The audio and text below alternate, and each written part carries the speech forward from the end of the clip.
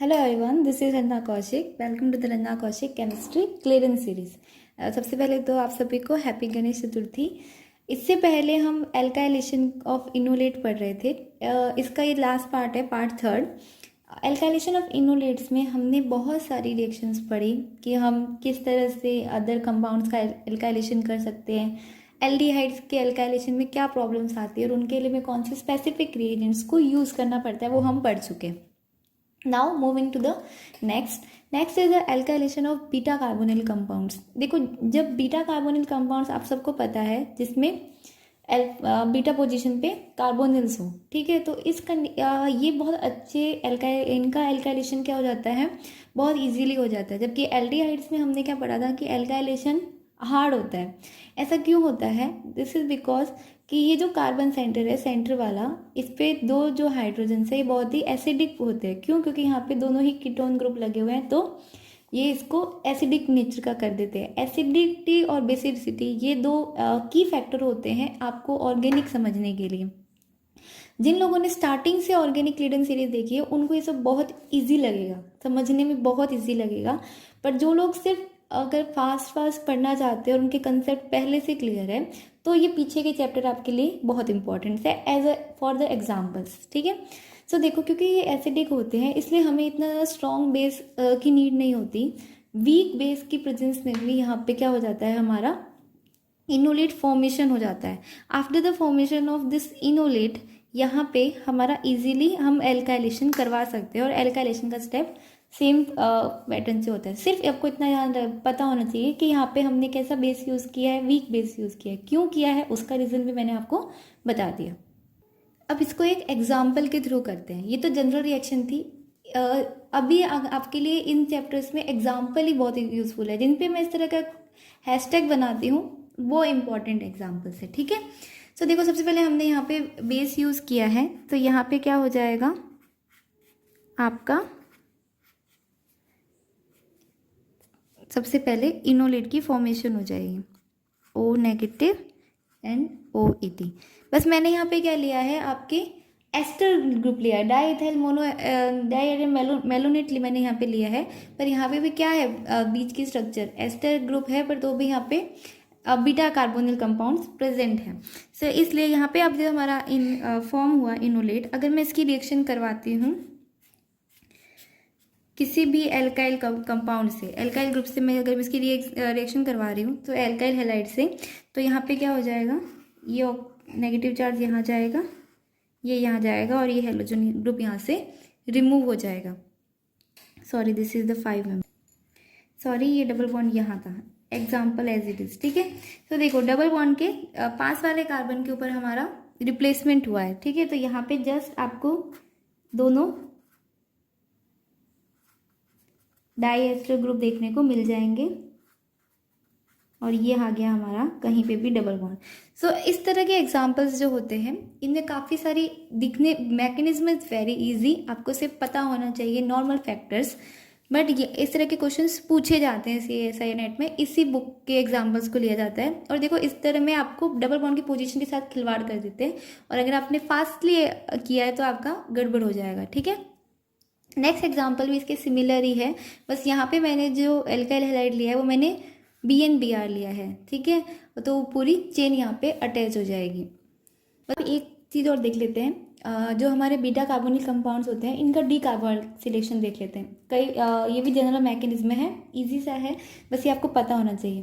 देखो, जो इनका जो डीकार्बोक्सिलेशन होता है उसके अंदर आपको बेसिकली हीट चाहिए होती है। अगर आप जैसे कि एस्टर्स का लेते हो तो एस्टर में आपको इतनी ज़्यादा हीट नहीं चाहिए होती है। और इनके जो डीकार्बोक्सिलेशन के लिए हम क्या करवाते हैं, हम हाइड्रोलाइसिस करवाते हैं। तो first we are using hydrolysis NaOH H2O। तो यहाँ से अगर यहाँ पे मान लो कि यहाँ पे अगर मान लो H है, ठीक है, मैं एसिड्स का पहले बता रही हूँ, ठीक है। उसके बाद में यहाँ पे हमारा क्या बन जाएगा, दोनों पे कार्बोक्सिलेट एनायन बन जाएगा। In the presence of HCl यहाँ पे क्या हो जाएगा, हाइड्रोजन अटैच हो जाएगा, जिसका बाद में रीअरेंजमेंट होगा, और जब हम हीट देंगे तो यहाँ से CO2 रिमूव हो जाएगी। But if we are using esters तो आपको उसमें हीट की नीड नहीं होती है, ठीक है, वो लो टेम्परेचर पे भी इजीली रिएक्शन दे देते हैं। इसका एक एग्जांपल ये भी है। मेन एक चीज़ आप लोग ध्यान रखना, जब भी आप कोई भी रिएक्शन करो जिसमें आपका एस्टर या एसिड इस तरह के ग्रुप्स लगे हो, तो उनको हमेशा खोल के लिखना कन्वीनियंट रहता है। काफ़ी सारे स्टूडेंट्स इन्हीं में गलती करते हैं, एमाइड को नहीं पहचान पाते, कार्बोक्सिलिक ग्रुप, एस्टर ग्रुप को पहचान नहीं पाते हैं, जल्दबाजी में रिएक्शन मैकेनिज्म सही से नहीं लिखते हैं। तो उसका यही है कि पूरी रिएक्शन को खोल के लिखो, जितना आप उसको खोल के लिखोगे उतना आपके लिए चांस रहेगा कि आपकी बिल्कुल भी गलती नहीं होगी। ओके, अब इसके कुछ इंपॉर्टेंट एग्जांपल्स देखते हैं। इनमें मैंने हैशटैग लगाया है, इट्स इम्पॉर्टेंट। सो देखो इसमें इम्पॉर्टेंट क्या है मैं आपको बताती हूँ। सबसे पहले तो देखो हम नॉर्मली बेस यूज़ कर रहे हैं और हमारा एल्काइलेटिंग एजेंट यूज़ कर रहे हैं। एल्काइलेशन कहाँ होगा, इस कार्बन सेंटर पे होगा, इतना समझ गए। सो मैंने यहाँ पे अपना एल्काइलेशन करवा दिया। नेक्स्ट स्टेप में we are using NaCl in DMSO। तो वैसे तो जो Cl नेगेटिव होता है इट्स एन वीक न्यूक्लियोफाइल, इतना अच्छा न्यूक्लियोफाइल नहीं है। बट अगर हम DMSO लेते हैं यानी कि एप्रोटिक सॉल्वेंट लेते हैं, सो वहाँ पे ये क्या कर देता है, बहुत अच्छा न्यूक्लियोफाइल हो जाता है। और ये डायरेक्ट कहाँ पे करता है अटैक, आपके ये जो भी एस्टर ग्रुप है उसके सीधे मिथाइल ग्रुप को पे अटैक करता है और -MECl हो जाएगा। यही इसमें समझने वाली चीज़ है और इम्पॉर्टेंट चीज़ है, इसीलिए एग्जाम्पल इम्पॉर्टेंट है। आफ्टर द MECl रिमूवल यहाँ पे हमारा क्या फॉर्म हो गया, कार्बोक्सिलेट एनाइन फॉर्म हो गया। ये एनाइन मूव ऑन हो सकता है अपने दूसरे वाले हमारा जो हमारा सेकेंड ग्रुप था कार्बोक्सिलिक, जो हमारा एस्टर का, उस पर मूव ऑन हो सकता है और यहाँ से क्या रिमूव हो गया, CO2 हो गया। अब इसके बाद में जो यहाँ पे डबल बॉन्ड की फॉर्मेशन हुई, जब ये बॉन्ड यहाँ से ब्रेक हुआ और यहाँ पे ये डबल बॉन्ड की फॉर्मेशन हुई, इसको हम वाटर सॉल्वेंट देके और यहाँ से इसका प्रोटोनेशन करवा सकते हैं।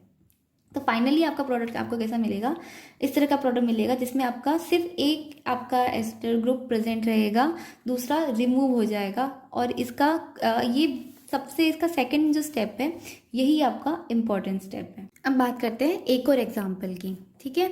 यहाँ पे देखो हमने नॉर्मली वही पे हमारा बेस यूज़ लिया है, एल्काइलेटिंग एजेंट यूज़ लिया है। आपको सिर्फ रिएक्शन को लिखना आना चाहिए। ये सभी एग्जाम्पल मैं सजेस्ट करूँगी कि खुद से लिख के देखना, ठीक है। कई बार गलतियाँ हो जाती है मुझसे खुद से भी, बस यहाँ पे ये अटैक हुआ, ये ब्रोमीन रिमूव हो गया, एज इट इज़ बाकी आ जाएगा, ठीक है। गड़बड़ मैं बताती हूँ कहाँ करते हैं गड़बड़, कहाँ करते हैं, ये एक्स्ट्रा बॉन्ड बनाने में गड़बड़ करते हैं, सीधा बना देते हैं। कुछ बेसिक सी ही गलतियाँ होती है, ठीक है। आपको रिएक्शन मैकेनिज्म को लिखना सीखना पड़ेगा। अब मान लो एक ये तो हुआ फर्स्ट एल्काइलेशन। ये जो हमने सेकेंड एग्जाम्पल यूज़ किया है इसमें हम डाई एल्काइलेशन बता रहे हैं। मतलब देखो यहाँ पे जो एक और प्रोटोन रह गया, ये भी तो एसिडिक प्रोटोन है, तो यहाँ पे हम कैसा कंपाउंड मिल सकता है हमें, इसमें 2 बार एल्काइलेशन प्रोसेस हो सकती है। मान लो सेकंड भी हमने यूज़ किया है तो आपको जो फाइनल प्रोडक्ट मिल जाएगा वो आपको कुछ इस तरह का मिलेगा, CO2Me एंड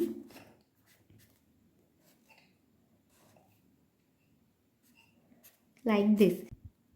अब देखो बहुत सारे स्टूडेंट जो इस तरह के स्ट्रक्चर को देख के कंफ्यूज हो जाते हैं और इसी को टिक कर देते हैं। अब बताओ ये सही है, नहीं ये सही नहीं है। क्यों, क्योंकि मैंने यहाँ पे एक बॉन्ड को, मैं वही जो मैंने भी बॉन्ड की बात की वो मैंने खा गई हूँ, इसलिए ये गलत है। इसकी करेक्ट स्ट्रक्चर क्या होगी, CO2Me and 1 2 3 4 5 6, this will be your final product. So देखो जनरल सी मिस्टेक्स होती है, मैंने आपको मिस्टेक करके भी बताई। इसी तरह के क्वेश्चंस आते हैं। रिएक्शन बहुत इजी है, कुछ भी नहीं, सिर्फ डाई एल्काइलेशन करवाया है, बट फिर भी इसकी कॉम्प्लेक्स स्ट्रक्चर को देख के हम गलती करते हैं। एक और एग्जांपल लेते हैं, थोड़ा सा चेंज है। ये मैंने आपको पहले भी बताया कि जब आपको इस तरह के कंपोनेंट मिलते हैं जहाँ पे डाइब्रोमाइड है, मतलब दो हेलोजेंस है और दोनों थोड़े गैप के बाद में, तो वहाँ पे आपको साइक्लिक प्रोडक्ट्स मिलते हैं, साइक्लाइजेशन हो जाता है। तो सेम हमने यहाँ पे बेस यूज़ किया है NaOH। सो यहाँ पे क्या हो जाएगा, देखो मैंने इसकी 2 अमाउंट्स यूज़ किए हैं। दैट मीन यहाँ पे आपको कैसा देखने को मिलेगा, ये एज अ बेस 2 बारी रिएक्ट करेगा। तो देखो सबसे पहले यहाँ पे हमारा क्या होगा, ये डबल बॉन्ड OOET, ठीक है। और ये सेकंड कार्बन पे हमारा क्या लगा हुआ है, CO2ET एंड ये पूरी चेन हमारे अटैच हो गई, ठीक है, सिर्फ एक बार ही हुआ है, यहाँ पे हमारा एक ब्रोमीन लगा हुआ है, एक हेलोजन का रिमूव हुआ है यहाँ से और एल्काइलेशन हो गया इस सेंटर पे। ठीक है, अब देखो ये जो एसिडिक प्रोटोन है, ये एसिडिक प्रोटोन यहाँ से रिमूव हो सकता है, क्यों? क्योंकि हमने NaOH 2 बार यूज़ किया। अब देखो ये जो सेकेंड टाइम यहाँ से रिमूव होगा, तो क्योंकि इसके पास में ही ये कार्बोनिल ग्रुप का ये एस्टर ग्रुप का कार्बोनिल है, तो ये यहाँ से क्या करेगा, यहाँ पे अपना इनोलेट फॉर्मेशन कर देगा। ठीक है, यहाँ पे हमारा इनोलेट फॉर्म हुआ। सो देखो यहाँ पे जब हमारा इनोलेट फॉर्म हुआ तो हमें क्या मिला, O- double bond CO2 ET and OET and this Br, right. अब क्योंकि यहाँ पे डाइब्रोमाइड था इसलिए ये फिर से रिएक्शन होगी और ये यहाँ पे एज अ साइक्लिक कंपाउंड आपको मिल जाएगा, क्योंकि एक ही कंपाउंड के अंदर है। ठीक है, तो ये हमारी जनरल सी साइक्लाइजेशन रिएक्शन हो गई और फिर उसके बाद में आपको ये इस तरह का 4 मेंबर साइक्लिक प्रोडक्ट देखने को मिलेगा यहाँ पे, CO2 ET and CO2 ET। कई बार ये सिर्फ इतनी ही रिएक्शन दी हो सकती है, कई बार आपको इसके साथ में NaOH और HCl भी दे देते हैं, तो वही हमारा क्या हो जाएगा, इसका डीकार्बोक्सिलेशन हो जाएगा और आपको यहाँ पे COOH एज अ प्रोडक्ट मिल जाएगा। सो इस तरह की जनरल सी रिएक्शन है, बट आपके इम्पॉर्टेंट एग्जाम्पल्स है। अब आते हैं हम कीटोन्स के एल्काइलेशन पे। कीटोन का एल्काइलेशन हम पढ़ चुके हैं, बट हमें ये भी पता है कि कीटोन्स के एल्काइलेशन में एक मेजर फैक्टर होता है जो प्रॉब्लम करता है, विच इज़ द रिड्यूस्ड एक्टिविटी। इस बात को मैं आपको बहुत बार बता चुकी हूँ, इनोलेट्स में भी, रिड्यूस्ड एक्टिविटी वाले चैप्टर में भी हम पढ़ चुके हैं ये चीज़। सेम कंसेप्ट एक बार फिर से रिवाइज फास्ट फॉरवर्ड में आपको रिकैप कर दे देती हूँ कि देखो जब हम कीटोन्स यूज़ करते हैं और जब हम नॉर्मल बेस यूज़ करते हैं, ठीक है, तो दोनों में ही जो आपका जो इनोलेट फॉर्म होता है, ठीक है, उसमें एक डिफरेंस होता है कि यहाँ पे आपको ये इनोलेट मिल रहा है और आपको यहाँ पे आपको ये इनोलेट मिल रहा है। दोनों में ही काफ़ी ज़्यादा डिफरेंट होता है। ये प्रोडक्ट जो आपको मिलता है ये कैसे मिलता है, थर्मोडाइनेमिकली। ठीक है, ये थर्मोडाइनेमिकली कंट्रोल प्रोडक्ट है और ये कैसे प्रोडक्ट होते हैं, जो फास्ट फॉरवर्ड होते हैं, जो इजीली बन जाते हैं। ठीक है, जबकि जब हम यही रिएक्शन किसी भी कैसे करवाते हैं, काइनेटिकली कंट्रोल प्रोडक्ट कराते हैं, तो फिर आपको इस तरह का इनोलेट मिलता है। तो दोनों में ही क्या हो जाता है, रिड्यूस्ड एक्टिविटी का फैक्टर बहुत मेजर हो जाता है, पूरा कंपाउंड चेंज हो जाता है। इसके सभी एग्जांपल्स मैं करवा चुकी हूँ, इसलिए मैं यहाँ पे आपको रिपीट नहीं करूँगी। काइनेटिक प्रोडक्ट क्या होता है और थर्मोडाइनेमिक प्रोडक्ट क्या होता है ये भी मैं आपको करवा चुकी हूँ।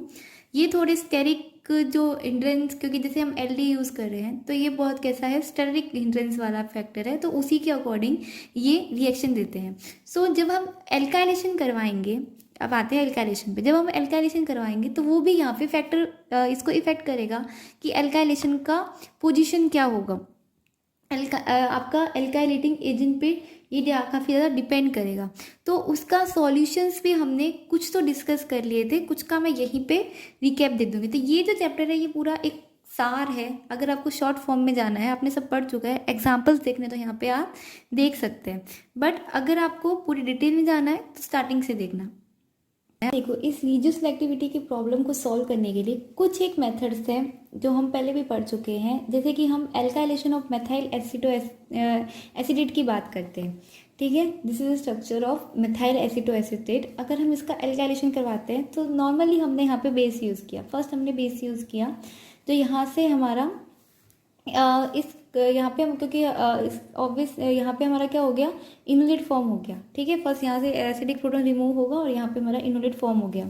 अब देखो ये जो इनोलेट है इसकी स्ट्रक्चर को ये स्ट्रक्चर दो जगह पे आइसोमराइज हो सकती है, मतलब इसकी दो पॉसिबिलिटी है कि एक बार नेगेटिव चार्ज इस ऑक्सीजन पे आए, एक बार ही सेकेंड ऑक्सीजन पे आए। तो ये यहाँ पे रेजोनेंट होता है और हमारे सेकेंड ऑक्सीजन पे जाता है, क्योंकि यहाँ पे लार्ज OMe ग्रुप लगा हुआ है। सो ये इसको क्या करता है, स्टेबलाइज करता है। अब हम सेकेंड यूज़ करते हैं अगर BOLi, मतलब हम फिर से एक और बेस यूज़ कर रहे हैं, तो वो ऐसे प्रोटॉन कहाँ से रिमूव करेगा? सो वो प्रोटॉन देखो, इसके अलावा भी यहाँ पे एक एसिडिक प्रोटॉन है और इसके यहाँ पे भी एक एसिडिक प्रोटॉन है। तो सेकंड जो प्रोटॉन होगा, दोनों में ही कौन सा प्रोटॉन रिमूव होगा? इस मिथाइल वाले मिथाइल पे जो हाइड्रोजन्स लगे हुए हैं, यहाँ पे 3 जो हाइड्रोजन्स हैं उनमें से एक प्रोटॉन रिमूव हुआ। वाई? क्योंकि इस कंडीशन में यहाँ पे आपको एक डाई एनाइन मिलेगा, एंड डाई एनाइंस की रिएक्शन बिल्कुल अलग होती है। इसके बारे में हम पहले पढ़ चुके हैं, डाई एनाइन की सिलेक्टिविटी के बारे में। तो जब यहाँ पे डाई एनाइन फॉर्म होता है तो ये बहुत ज़्यादा स्टेबल हो जाता है, और लिथियम के साथ में ये डाई एनाइन फॉर्म हुआ, दैट्स वाई यहाँ पे हमारा एसिडिक प्रोटॉन ये वाला रिमूव हुआ है, ना कि सेकेंड एसिडिक प्रोटॉन रिमूव हुआ है। Okay, as it is clear. अब जब हम एल्काइलेशन करवाएंगे, तो देखो जो हमारा डाई एनाइन फॉर्म हुआ है उसकी सिलेक्टिविटी क्या होती है? आपको याद होगा कि मैंने आपको बताया था कि डाई एनाइन की सिलेक्टिविटी हमेशा ये होती है कि जो आपका सेकेंडली फॉर्म हुआ है, जो एनायन आपका सेकेंड फॉर्म हुआ है, वो सबसे पहले रिएक्ट करेगा। सो आपकी डाई एनाइन की सिलेक्टिविटी आपको पता होगी, ठीक है। जो सेकेंडली फॉर्म होता है वो ही पहले रिएक्ट करता है। तो यहाँ पे जो एल्काइलेशन होगा वो किस पे होगा? ऑब्वियस है कि सिलेक्टिवली वो आपका सेकेंड जो एनायन फॉर्म हुआ है वहीं पे इसका एडिशन होगा, और एडिशन इसका नॉर्मली होगा। आगे की रिएक्शन तो आपको पता ही है, बस इसकी सिलेक्टिविटी आपको याद रखनी है। सेकेंड जो इसका सॉल्यूशन मेथड है वो है डिसॉल्विंग मेटल के थ्रू। अब जब हम इनोन्स का रिडक्शन करवाते हैं तो वो सिलेक्टिव होता है, जैसे कि हमारा कॉन्जुगेट एडिशन होता है उसी के अकॉर्डिंग ये भी सिलेक्टिव होता है। It's a rigid specific reaction. Dissolving metal से रिडक्शन, दैट मीन कि हम यहाँ पे क्या करवा रहे हैं? यहाँ पे हम करवा रहे हैं बर्थ रिडक्शन करवा रहे हैं।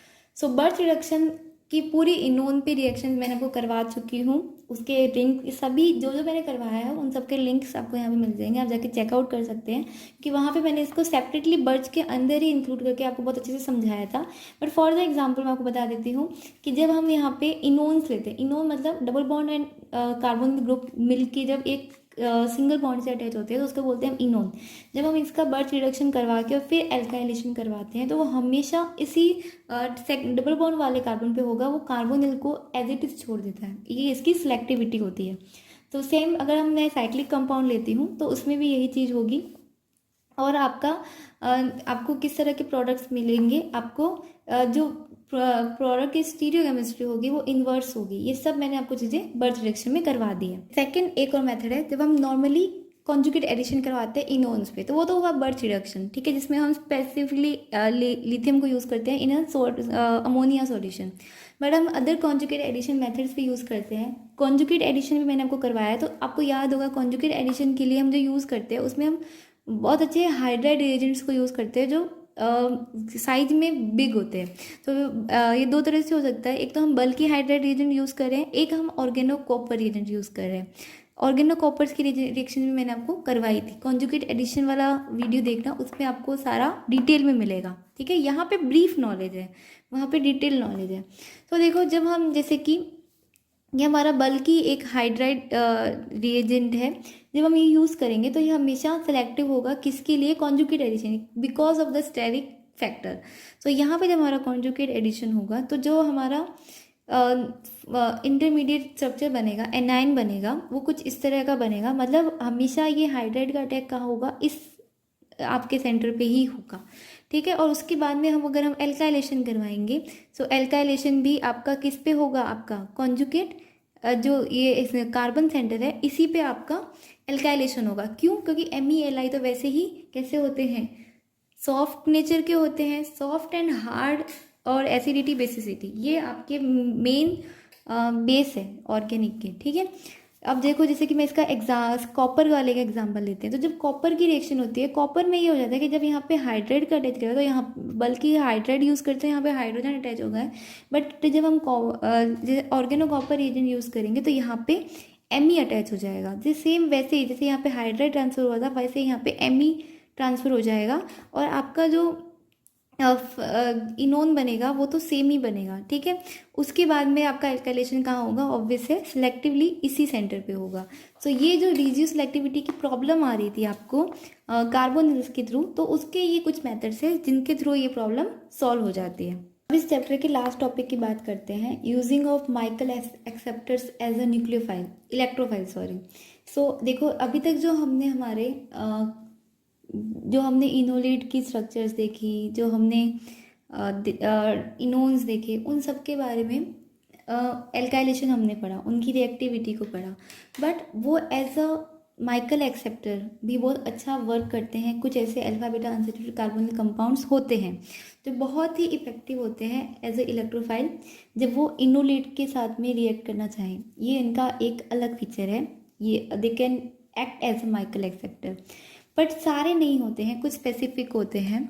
जब हमने इनोलेट की स्टार्टिंग चैप्टर्स पढ़े थे तो मैंने आपको कंसिडर किया था कि जब आपका जो इनोलेट फॉर्मेशन होता है उसकी structure alpha beta unsaturated carbonyl की स्ट्रक्चर और उसके आर ग्रुप पर भी डिपेंड करता है कि डायरेक्ट एडिशन होगा या फिर आपका कॉन्जुगेट एडिशन होगा। अगर आप लेस इलेक्ट्रोफिलिक नेचर का कंपाउंड यूज़ कर रहे हो तो उसमें डायरेक्ट एडिशन होगा, मोर इलेक्ट्रोफिलिक यूज़ कर रहे हो। और अगर यही आप लेस इलेक्ट्रोफिलिक नेचर का यूज़ कर रहे हो तो उसमें कॉन्जुगेट एडिशन देखने को मिलेगा। आर ग्रुप्स कौन कौन से हो सकते हैं? हाइड्रोजन, मिथाइल, OR और NH2।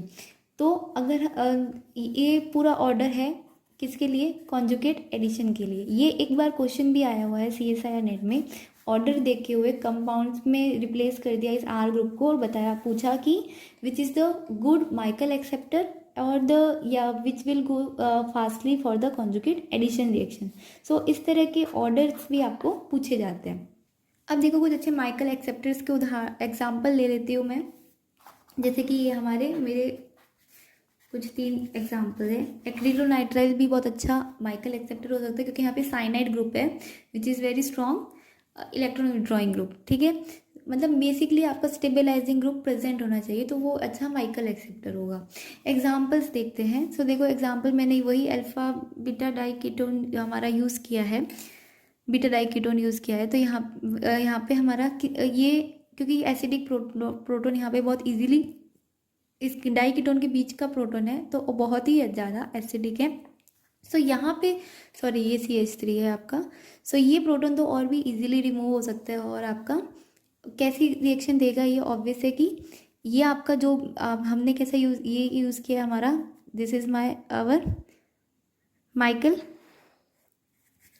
एक्सेप्टर और ये क्या देगा? कॉन्जुगेट एडिशन रिएक्शन दे दी है इसने। ठीक है, सेकंड एग्जांपल देखते हैं। जब हम एल्काली मेटल यूज़ करते हैं, एक तो हमने बर्च रिएक्शन पढ़ा, एक हमने लिथियम बेस यूज़ किए थे। ठीक है, बट ये अगर हम पोटेशियम या सोडियम बेस यूज़ करते हैं तो वो भी बहुत अच्छे कॉन्जुगेट एडिशन रिएक्शन देते हैं।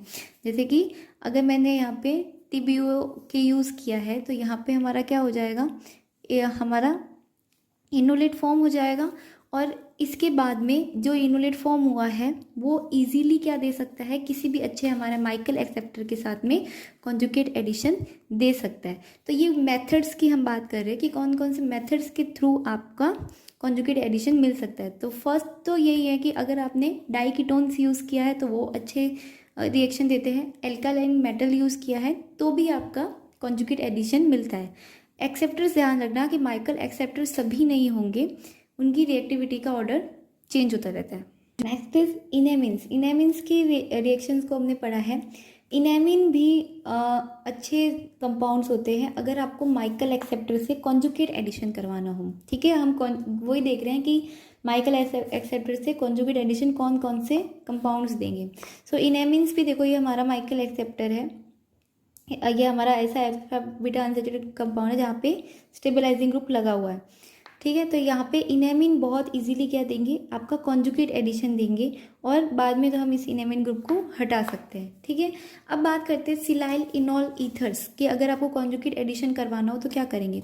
तो देखो बेसिकली तो ये कॉन्जुगेट एडिशन नहीं देते, बट इन द केस अगर आपको करवाना हो तो आपको सिर्फ इसकी कंडीशन को याद रखना है कि अगर हमने लुईस एसिड कैटालाइज यूज़ किया है, TiCl4, कोई भी लुईस एसिड कैटालाइज हमने यूज़ किया है तो उस कंडीशन में सिलाइल इनॉल ईथर भी क्या देते हैं? आपका कॉन्जुगेट एडिशन शो करते हैं। इट्स वेरी इंपॉर्टेंट रिएक्शन क्योंकि हम बेसिक चीज़ों को इग्नोर कर देते हैं और कॉन्जुगेट एडिशन या डायरेक्ट एडिशन से ही पूरी रिएक्शन आपकी चेंज हो जाती है।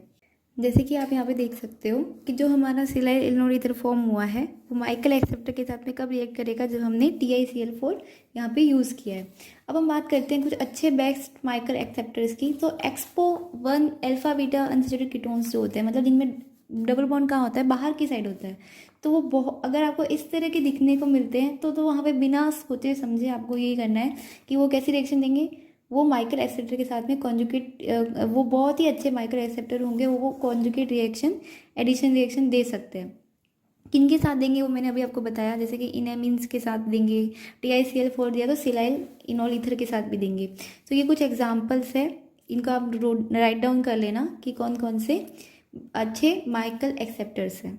अब बात करते हैं नाइट्राइल्स की। सो नाइट्राइल्स वैसे तो इतने रिएक्टिव नहीं होते डायरेक्ट अटैक के लिए, बट अगर हम बेस यूज़ करते हैं बहुत हाई टेम्परेचर पे तो वो क्या कर सकते हैं, तो कॉन्जुगेट एडिशन शो कर सकते हैं, क्योंकि जो इनोलेट इस कंडीशन में फॉर्म होगा वो बहुत ज़्यादा स्टेबल होगा। अब एक इम्पॉर्टेंट फैक्टर की तरफ आते हैं, जिसमें हम यहाँ पे मैंने फिर से हैशटैग दिया है, hashtag that mean it's important. अगर हम 2 ग्रुप्स यूज़ कर रहे हैं, हमारे माइकल एक्सेप्टर में 2 ग्रुप्स है, तो फिर कहाँ कौन सा कॉन्जुगेट एडिशन देगा, ये क्वेश्चन अराइज होना चाहिए। सो देखो, इसको हम फाइंड आउट करते हैं इलेक्ट्रोनेगेटिविटी के थ्रू कि आपका जो NO2 है वो मोर इलेक्ट्रोनेगेटिव है compare to the CO2 ET। तो जो ज़्यादा इलेक्ट्रोनेगेटिव होगा वही क्या देगा, कॉन्जुगेट एडिशन देगा। सो इन दिस केस जो आपको प्रोडक्ट मिलेगा वो आपको कैसा मिलेगा, जब मैं इनेमिन को हटा दूंगी तो आपको जो प्रोडक्ट मिलेगा वो किसके थ्रू स्टेबलाइज होगा, जो आपका एक्सेप्टर होगा वो आपका NO2 के थ्रू स्टेबलाइज होगा, इसलिए NO2 के थ्रू ही अटैक होगा। ठीक है, इट्स वेरी इंपॉर्टेंट एग्जाम्पल। अब बात करते हैं नाइट्रो एल्केन्स की। नाइट्रो एल्केन्स भी बहुत अच्छे न्यूक्लियोफाइल होते हैं, और ये बहुत ही, अगर आप वीक बेस भी यूज़ कर रहे हो तो ये क्या दे देते हैं, कॉन्जुगेट एडिशन दे देते हैं because of the NO2 group. So अगर आपके पास में नाइट्रो एल्केन्स है तो ये इजीली Al2O3 की प्रेजेंस में भी क्या दे देंगे, आपका कॉन्जुगेट एडिशन रिएक्शन दे देंगे। बस एक लास्ट एग्जाम्पल के साथ हम इस चैप्टर को क्लोज करेंगे। हमने नाइट्रो एल्केन लिया है, नाइट्रो एल्केन अब यहाँ पे क्या करेगा, यहाँ पे कॉन्जुगेट एडिशन देगा। सिंपली आपको नॉर्मल 1-2 बारी जितनी भी हैशटैग रिएक्शंस है इनको एक बारी आप करके देख लेना। ठीक है, तो यहाँ पे हमें मिला ये हमारा NO2। ठीक है, यहाँ पे एडिशन हो गया, और ये पूरा CO2Me। ठीक है, अब हम यहाँ पे क्या यूज़ कर रहे हैं, CS2CO3। तो देखो, जो सीजियम होता है वो बहुत ही इलेक्ट्रोपॉजिटिव नेचर का होता है, तो ये बहुत अच्छा आयनिक प्रोडक्ट फॉर्म करेगा। तो यहाँ पे ये क्या कर देगा, नेगेटिव चार्ज आ देगा। और जब हम डीप्रोटोनेशन, ये इसलिए यहाँ पे बहुत ही इजीली हो जाएगा, पर जब हम यहाँ पे क्या करवाएंगे, डीप्रोटोनेशन करवाएंगे। सो यहाँ से क्या हुआ, डीप्रोटोनेशन हुआ, यहाँ पे नेगेटिव चार्ज आएगा। अब ये नेगेटिव चार्ज फिर से क्या करेगा, यहाँ पे रिएक्ट करेगा, और आपको साइक्लिक कंपाउंड यहाँ पे देखने को मिलेगा। कई बार रिएक्शन यहीं पे कंप्लीट हो जाती है, CO2Me और यहाँ पे NO2, बट कई बार आपको देखने को मिलता है कि आपका NO2 से NH3 में कन्वर्जन एक स्टेप और दे देते हैं, जिसमें हम NaOH या NaOH यूज़ करते हैं। तो आपका फाइनल प्रोडक्ट आपको कैसा मिलेगा, यहाँ पे NH2 एंड यहाँ पे CO2Me। सो ये थे हमारे कुछ इम्पॉर्टेंट एग्जाम्पल्स और क्वेश्चन। इस चैप्टर में फ़िलहाल इतना ही, ये पूरा चैप्टर हमारा हो चुका है। अब हम इनोलेट्स के बारे में ही नेक्स्ट चैप्टर में पढ़ेंगे, जहाँ पे हम कंडेंसेशन रिएक्शन देखेंगे। एल्काइलेशन करवाना थोड़ा टफ होता है। नॉर्मली इनोलेट्स हमारे एल्डोल कंडेंसेशन वगैरह रिएक्शन को ज़्यादा प्रिफर करते हैं, तो जो नॉर्मली उसके थ्रू प्रिफर्ड रिएक्शन है उनको हम नेक्स्ट चैप्टर में कंसिडर करेंगे। अगर आपको कोई भी क्वेरीज हो तो आप मुझे कमेंट सेक्शन में पूछ सकते हैं। If you like the video then please like, share and comment and subscribe to my channel. Thank you for watching.